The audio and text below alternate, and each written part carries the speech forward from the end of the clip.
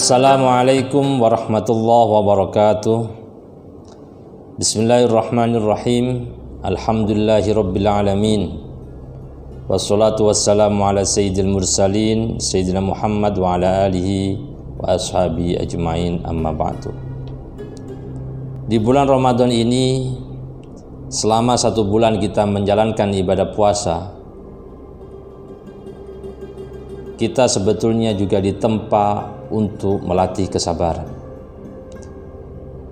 Puasa Ramadan melatih kesabaran kita, di mana mulai sahur, kemudian sampai dengan berbuka puasa, kita bersabar untuk menahan lapar, dahaga, dan lain sebagainya.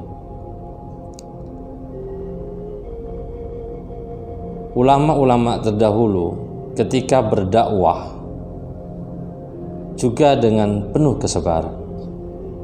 Mereka berdakwah tidak dengan kekerasan. Dikisahkan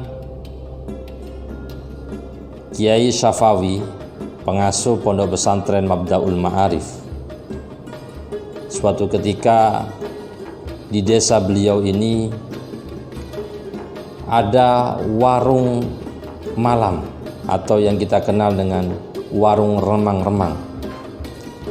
Masyarakat desa kemudian sowan kepada Kiai Syafawi. Mereka menyampaikan bahwa masyarakat desa hendak untuk melakukan unjuk rasa atau merobohkan atau membakar warung remang-remang tersebut karena telah mengganggu keamanan di desa Jombang tersebut. Kemudian apa jawabnya Kiai Syafawi?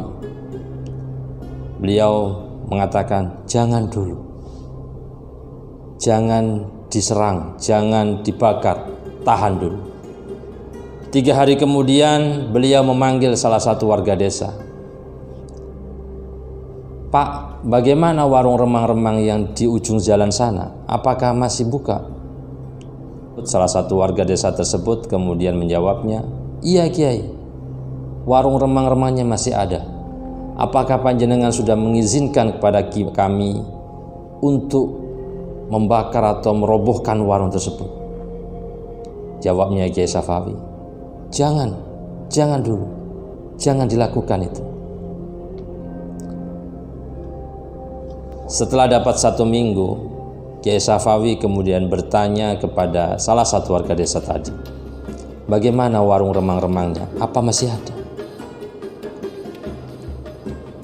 Warga tersebut kemudian menjawab, sudah tidak ada Kiai.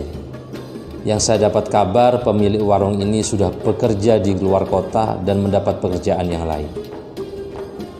Lalu spontan Kiai Syafawi kemudian menjawabnya, alhamdulillah, saya selama 7 hari berpuasa meminta kepada Allah Subhanahu wa Ta'ala agar pemilik warung remang-remang tersebut mendapatkan rezeki yang lain.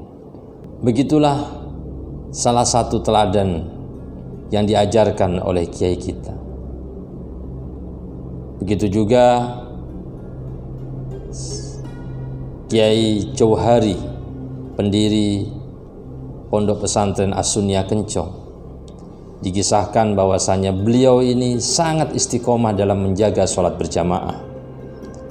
Begitu sabarnya beliau ini ketika di awal-awal membangun pesantren, membangunkan para santrinya untuk melaksanakan sholat jamaah 5 waktu.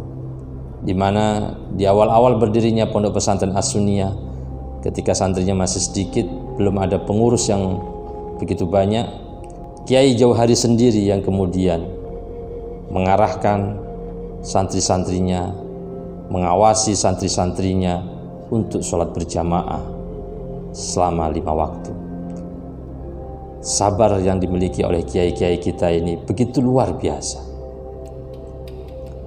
Terakhir, saya ingin menceritakan satu kisah yang pernah saya dapatkan riwayatnya dari kakak saudara saya. Di Kemuning Sari ada almarhum Kiai Ahmad Munir Beliau pendiri Pondok Pesantren Al-Inarah. Ketika beliau sakit keras, selama sakit ini beliau tidak pernah mengeluh. Bahkan di usianya yang 70 tahun lebih, ketika itu beliau akan ke kamar mandi untuk berwudu, lalu terjatuh di kamar mandi sehingga di bagian kakinya ada yang patah. Setelah itu beliau dibawa ke tukang pijat patah tulang.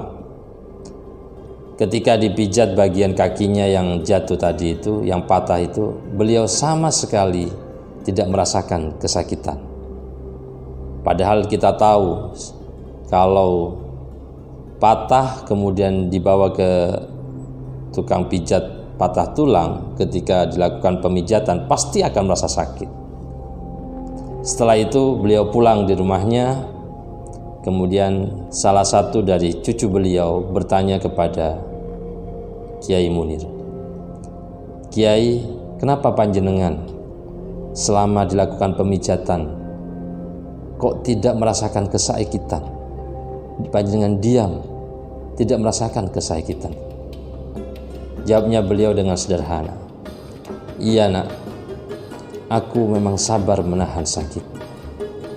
Lalu kemudian Kiai Munir membaca satu nadham, "Banallahu lil ahbabi baitan sama'uhu humumun wa ahzanun wa khitanuhu durru wa adkhalahum fihi wa aghlaqa babahu faqala lahum miftahu babikumus sabr."